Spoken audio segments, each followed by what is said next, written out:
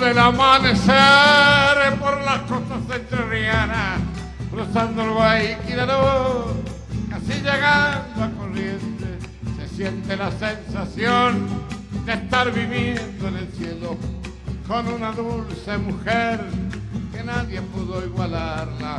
Verdor del saucedal que el agua va acariciando, allá pasa un pescador que va en la popa abogando.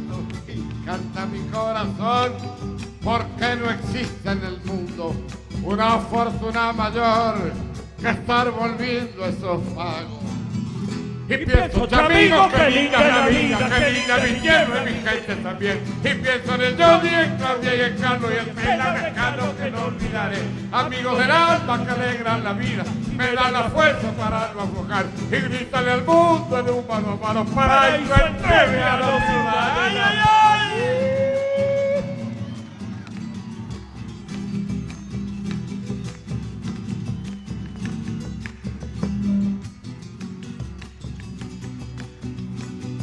Cuando salgo a recorrer esos ríos de mi tierra, solo llorar sin querer por la belleza que encierra, me embarga una honda emoción por el amor a mi tierra. Y si encuentro una mujer, soy como el indio en la guerra. Por el caballo cuateado viene Linares Cardoso, nadando hasta el Paraná, y el alma llena de gozo.